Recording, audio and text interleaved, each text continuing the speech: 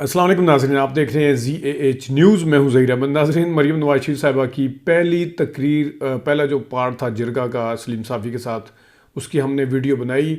آج دوسرا پارٹ آیا ہے. اس کے اندر تضادات ہیں، کچھ غلط بیانیاں ہیں اور کچھ اپنی منمانی کے مرضی کے جو فیکٹس بتائے گئے ہیں وہ ہیں. اور پھر اینکر صاحب کا کیا حال تھا آج کی قسط میں، اس کے اوپر بات کریں گے. لیکن اس سے پہلے نصیر آباد میں آج تقریر کی مریم نواز شریف صاحبہ نے.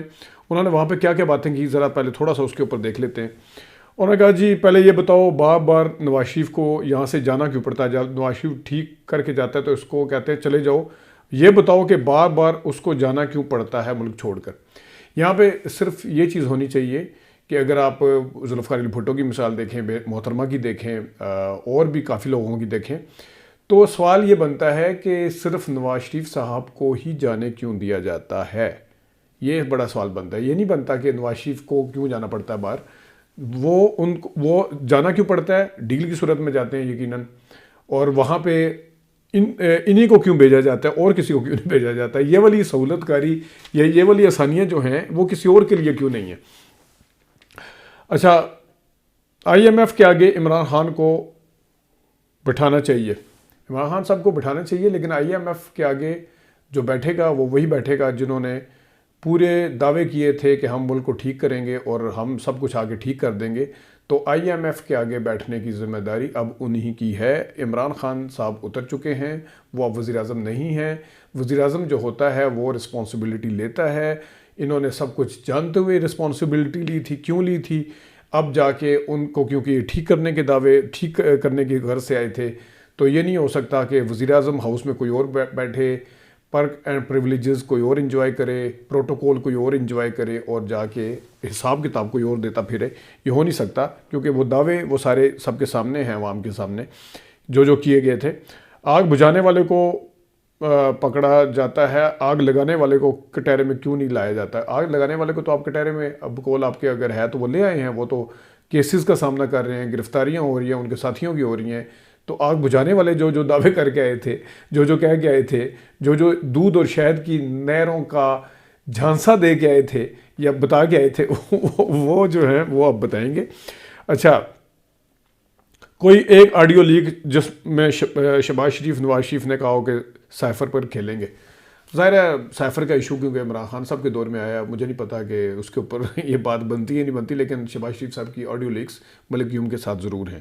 یہ نہیں ہے کہ آڈیو لیکس نہیں ہے. ظاہر ہے سائفر کا معاملہ جن کے ٹائم پہ آیا انہوں نے بات کرنی تھی اس کے اوپر. اور سپریم کورٹ میں جا کے کہتا ہے ساڈے بندے ہونے چاہیے نے، سانوں پتہ ہے تواڈے بندے نے. تو جس وقت یہ بات مریم نواز شریف صاحبہ کہہ رہی تھی تو اس وقت ایک چیز ذہن میں آئی تھی، جو کہ غدار کون میں انہوں نے لکھا تھا کہ احمد جعفری صاحب سندھ کے جتنے ججز ہیں وہ رشوت نہیں لیتے، پنجاب کے ججز وہ رشوت لیتے ہیں. تو وہ سارے کے سارے آج ثاقب نثار سمیت ان کے سیکرٹری قانون پارٹی کے رہے ہیں. ججز یہ اپنی مرضی کے لگاتے تھے اور ان کے حوالے سے مشہور تھا کہ یہ کہتے تھے وکیل نہیں کرنا بلکہ جج کرنا ہے. ججوں سے سب سے زیادہ عدالتوں سے اگر کسی کو فائدہ ہوا تو وہ میاں نواز شریف صاحب ہیں. تو ان سے زیادہ کون کہہ سکتا ہے، کون جان سکتا ہے کہ اپنی مرضی کے بندے لگانا. اور اگر پھر بھی کسی کو کوئی تھوڑا شک ہے تو وہ خواجہ شریف کی اور خواجہ لطیف کی کہانیاں پڑھ لے. خواجہ شریف صاحب نے جو کتاب لکھی تھی کس طریقے سے انہیں نوازا گیا وہ پڑھ لیں. کیپٹن صفدر صاحب بریف کیس لے کے، طارق مرحوم صاحب جس طرح گئے تھے وہ پڑھ لیں. تو جو ایک کہانیاں ہیں، لیکن جس ٹائم خود پھنسے تھے وہ تو غدار کون میں کہتے ہیں کہ نہیں پنجابی جج جو ہوتے ہیں وہ ٹھیک نہیں ہوتے، وہ سندھ کے جج ہیں، انہوں نے پریشر وہ لیا تھا. پھر آگے جا کے کیا کہتے ہیں جناب، مسلم لیگ نون کے لیڈر بھی شیر دل ہے اور ورکر بھی شیر دل ہے. یہ مریم نواز شریف صاحبہ نے نصیر آباد میں کہا ہے. تو میرے خیال میں مریم نواز شریف صاحبہ کو میں یاد کراتا چلوں، لیڈر شیر دل ہے. اکثر لوگ یہاں کہتے ہیں آئیں، اب تو صحافی بھی ان کے پسندیدہ سب کے کہنا شروع ہو گئے ہیں. پہلے بھی وہ ڈیل کر کے جاتے تھے اور گئے ہیں، اور اب آنے کے لیے ویٹ ہو رہا ہے کہ ان کا پسندیدہ ماحول ملے گا. تو یہ ہیں شیر دل. اور جہاں تک ان کے ورکر کے شیر دل ہونے کی بات ہے، وہ کوئی اور نہیں، لیڈر صاحب غدار کون میں کہتے ہیں سہیل وڑائچ صاحب کو انٹرویو دیتے ہوئے کہ جس وقت مجھے کہا گیا کہ نواز شریف قدم بڑھاؤ ہم تمہارے ساتھ ہیں، تو نواز شریف صاحب نے نواز شریف صاحب نے کہا کہ میں نے قدم بڑھایا تو پیچھے کوئی بھی نہیں تھا. اور پھر جب دوبارہ ایک دفعہ آئے تھے تو ایئرپورٹ سے واپس لندن چلے گئے تھے. تو وہ اس وقت بھی انہیں یہی والا تھا کہ کوئی بھی بندہ میرے لیے کوئی بھی کیوں نہیں نکلا. ایک اور جو انہوں نے آج کوئی کہا کہ میں نے کوئی لطیفہ نہیں سنایا تو مریم نواز شریف صاحبہ کو تھوڑا سا اپنے غصے کے اوپر ضرور کنٹرول کرنا چاہیے، کیونکہ جس جگہ وہ مذاق کرنے کی بھی بات کرتی ہیں تو صاف پتہ چلتا ہے کہ وہ غصہ جو ہے، یہ پہلے بھی ایک دفعہ کر چکی ہیں، آج بھی کیا انہوں نے بچانے والا کوئی نہیں ہوگا، تو یہ اپنی طرف سے مذاق کری تھی۔ یہ ایک جملہ نہیں ہے، انہوں نے بہت زیادہ بولا، جس دن رانا ثناء اللہ گرفتار کرنا چاہا تو بچانے والا کوئی نہیں ہوگا، یہ تھا، اور بھی تھا، مسلم لیگ سلیکشن سے نہیں جو الیکشن سے ڈرتی ہو، اس طرح کر کے انہوں نے کیا۔ تو یہ تھوڑا میرے خیال میں صاف ایکسپوز ہو جاتی ہیں یہ کرتی ہوئی۔ اس طرح میں کسی لیڈر کو ایکسپوز نہیں ہونا چاہیے کہ وہ اپنی حدوں کو چھو رہا ہے اس وقت، اوپر سے جس طرح بھی ہے۔ اچھا اب آتے ہیں ذرا جرگے کی طرف۔ میاں صاحب کب آئیں گے، سوال انہوں نے پوچھا سب سے پہلا۔ اس کے بعد انہوں نے کہا جی چند ہفتوں میں آئیں گے۔ انہوں نے کہا جی آپ نے سیاست کو کیوں چنا؟ آپ ذرا سنیے گا، دلچسپ جواب، بہت دلچسپ، مزہ آئے گا آپ کو سن کے۔ آپ نے سیاست کو کیوں چنا؟ سلیم صافی صاحب پوچھتے ہیں مریم نواز شریف صاحبہ سے۔ کیونکہ کبھی بھی کچھ بھی ہو جائے، مخالفین کا شکر ہے کہ انہوں نے اس قدر امتحان میں ڈالا۔ پھر انہوں نے کہا کہ سوال کیا مخالفین کہ یہ مخالفین مجھے گھسیٹ کر لائے ہیں سیاست میں، میرے مخالفین مجھے سیاست میں گھسیٹ کر لائے ہیں۔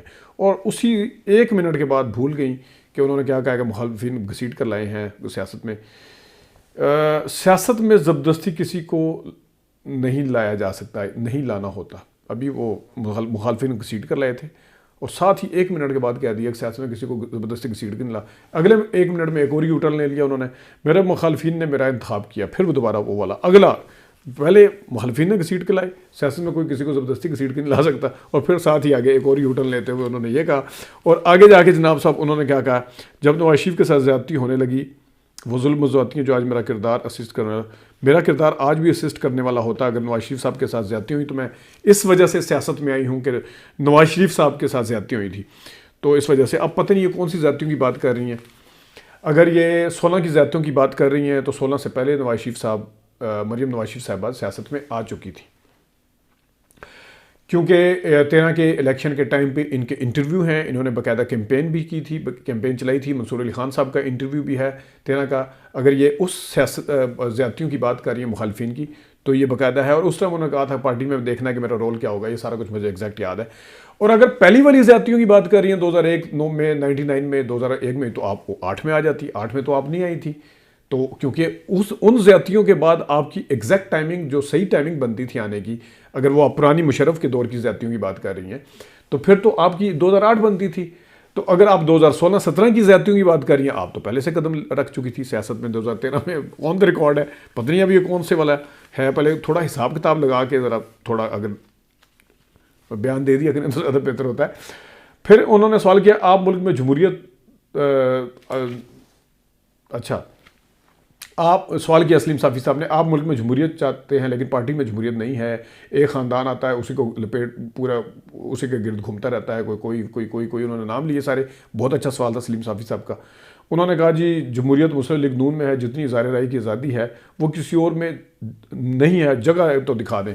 یہاں میں صرف ایک واقعہ یاد کرواتا چلوں جو رائے کی آزادی کے حوالے سے۔ سلیم صافی صاحب نے ایک کالم لکھا تھا کہ ہاریوں کو زمین تقسیم کر کے نواز شریف صاحب واپس آ رہے تھے، یہ بھی ان کے ساتھ جہاز میں تھے، یہ پہلے والے دور کی بات ہے، تو جہاز میں تھے، تو غوث علی شاہ نے ان کو بتایا تھا یہ جہاز میں تھے۔ انہوں نے البتہ کالم ضرور لکھا ہوا، ان کو چاہیے تھا وہ کالم ان کو پڑھ کے بتا دیتے کہ جتنی اظہار رائے کی آزادی ہے۔ تو شرمیلا فاروقی کے والد صاحب جو تھے سلمان فاروقی تھے، وہ پیچھے بیٹھے ہوئے تھے جہاز میں، ساتھ غوث علی شاہ بیٹھے ہوئے تھے۔ تو سلیم صافی صاحب لکھتے ہیں کہ غوث علی شاہ صاحب سے کہا کہ ہم نے ہاریوں میں زمین تقسیم کی ہے، اب تو چانس ہے نا کہ ہم پیپلز پارٹی کی جگہ سندھ میں لے لیں گے۔ تو غوث علی شاہ نے کہا کہ وہ بڑی اسٹیبلشڈ پارٹی ہے، اتنی آسانی سے جگہ نہیں ہوگی۔ پیچھے سے شرمیلا فاروقی کے والد صاحب بولے کہ بہت زبردست میاں صاحب، آپ تو چھا گئے، آپ تو جگہ بنا لیں گے۔ تو نواز شریف صاحب جو کہ اظہار رائے کو پسند کرتے ہیں، مخالف کے اظہار کے رائے کو بھی پسند کرتے ہیں بقول مریم کے، انہوں نے غوث علی شاہ صاحب کو جہاز میں پچھلی سیٹ پہ بھیج دیا تھا کیونکہ انہیں ان کی بات پسند نہیں آئی تھی، اور شرمیلا فاروقی کہ انہوں نے جو خوشامد کی تھی ان کو اپنے ساتھ سیٹ پہ بٹھا لیا تھا۔ یہ ہے آزادی۔ یہ ایک ویسے یہ میں کیونکہ سلیم صافی صاحب نے لیا تھا، شاید میں یاد نہ کرواتا، یا نہ ہی ہو سکتا، مجھے یاد آتا ہے، تو کیونکہ سلیم صافی صاحب کا میں نے ایک کالم پڑھا ہوا تھا تو ان کو چاہیے تھا وہ یاد کروا دیتے یہاں پہ۔ نواز شریف پارٹی ایک طرف ہوتی ہے تو اپنے اس کے پیچھے ہٹ جاتے ہیں۔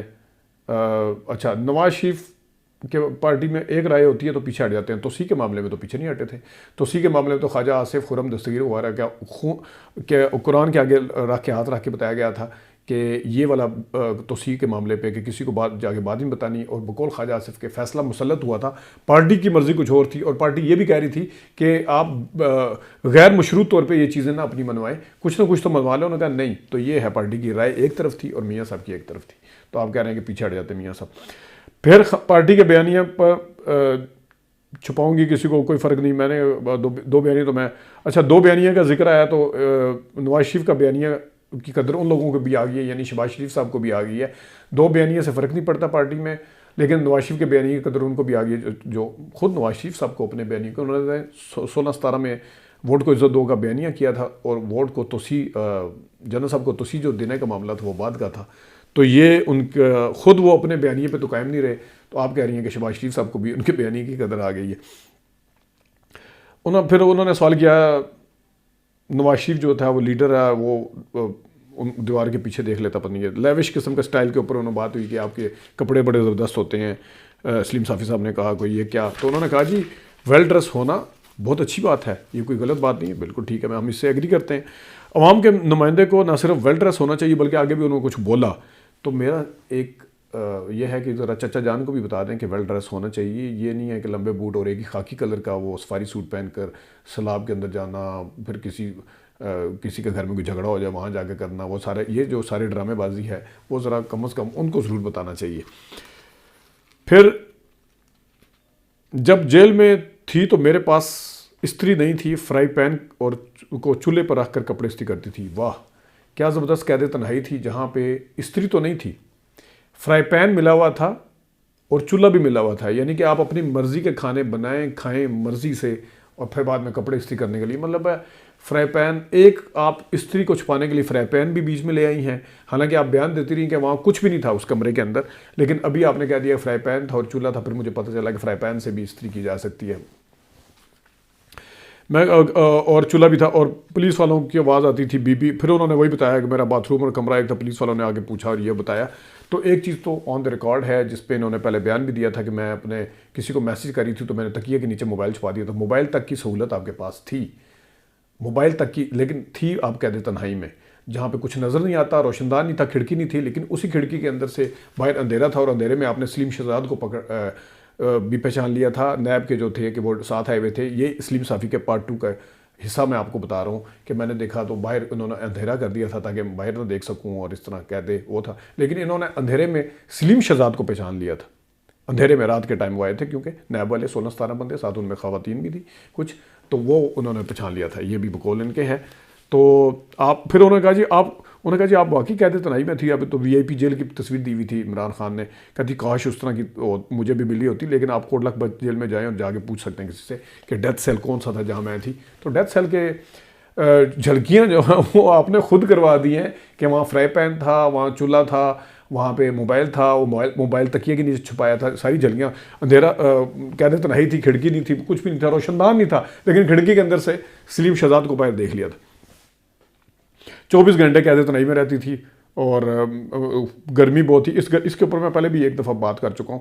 ان لوگوں میں سے کسی نے مجھے بتایا کہ یہاں پہ مائک لگے ہوئے ہیں, خدا کا خوف کرو, مائک لگائے گئے تھے.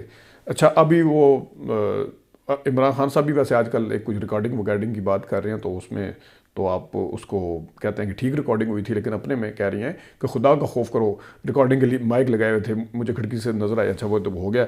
پھر انہوں نے سواتی عمران خان اور شہباز گل کے ساتھ جو کچھ ہوا, یعنی کہ انہوں نے کہا جی ہمارے ساتھ جو ہوتا ہے وہ ظلم ہوتا ہے, باقی سواتی اور شہباز گل وغیرہ کے ساتھ ہوتا ہے وہ بالکل ٹھیک ہوتا ہے. اور نواز شریف کو اللہ تعالیٰ نے دینے والا بنایا ہے. یہاں پہ سلیم صافی صاحب ایک لقمہ دینے لگے تھے, اچھا دینے والا بنایا, کوئی بڑی ٹونٹ کرنے لگے تھے. پہلی دفعہ میں بھی چونکا ہوں کہ سلیم صافی نے بڑی ہمت کی ہے, لیکن نہ ہی مریم نواز شریف صاحبہ نے اس کو بولنے دیا ان کو, اور نہ ہی سلیم صافی نے دوبارہ جرت کی کہ اچھا دینے والے ہیں کہ وہ جو کچھ کہنا چاہ رہے تھے, جو بھی کہنا چاہ رہے تھے.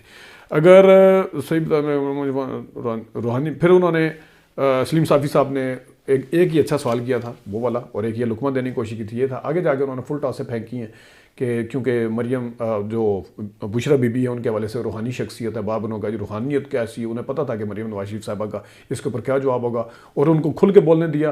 ایک دفعہ انہوں نے کہا کہ وہ تو گھریلو خاتون ہے، انہیں پتہ تھا کہ اب یہ بتائیں گی کہ گھریلو خاتون کس قسم کی ہے، وہ انہیں پورا پتہ تھا، اس وجہ سے انہوں نے فل ٹاسک کرائی۔ اس کے بعد اگر ان کے سوال کرنے میں اتنی ایمانداری ہوتی تو وہ ان کو بیچ میں لقمے بھی دیتے کچھ نہ کچھ، اور روحانیت کے حوالے سے بھی انہیں فل پتہ تھا کہ آگے کون سی بات کرنے جا رہی ہیں، تو اسی وجہ سے وہاں پہ بھی کوئی لقمہ نہیں دیا گیا۔ آگے انہوں نے ارشد شریف صاحب مشرف صاحب کے حوالے سے کہا، تو مشرف صاحب کا انہوں نے کہا کہ اللہ تعالیٰ کے حوالے ہے، مشرف کے حوالے سے انہوں نے کہا کہ وہ ان کا معاملہ اللہ کے ساتھ ہے۔ تو انہوں نے کہا جی صحافت جو ہے، صحافیوں کو آپ نے نوازا ہے، وہ کہتے ہیں صحافت چھوڑ کے آتے ہیں، وہ صحافت چھوڑ کے آتے ہیں نا، جو وہ پھر دوبارہ جا کے صحافت بھی کر رہے ہوتے ہیں، اور صحافی برادری میں اس چیز کو اچھا نہیں دیکھا جاتا۔ مریم نواز شریف صاحبہ کو شاید پتہ نہیں ہے کہ اچھے طریقے سے نہیں کہتے جی صحافی کو سیاست کرنا کون سا معیوب بات ہے یا کون سی غلط بات ہے۔ اگرچہ آگے سے سلیم صافی صاحب نے کہا بھی کہ وہ کون سے پارٹی کے لیے قربانیاں دی ہوتی ہیں، وہ تو سارے سائڈ پہ کہتے ہیں جی وہ صحافت چھوڑ کے آتے ہیں۔ تو آگے جب ارشد شریف صاحب جو کہ جنہوں نے کبھی زندگی میں کوئی عہدہ قبول نہیں کیا تھا، جو اب اس دنیا میں نہیں ہے، ان کے حوالے سے ان کا کینہ بغض اور وہ ابھی بھی ختم نہیں ہو رہا۔ پہلے انہوں نے کہا جی انہوں نے کہا جی سورہ فاتح پڑھنے جائیں گے، انہوں نے کہا جی میں یہاں تھی نہیں اس وقت۔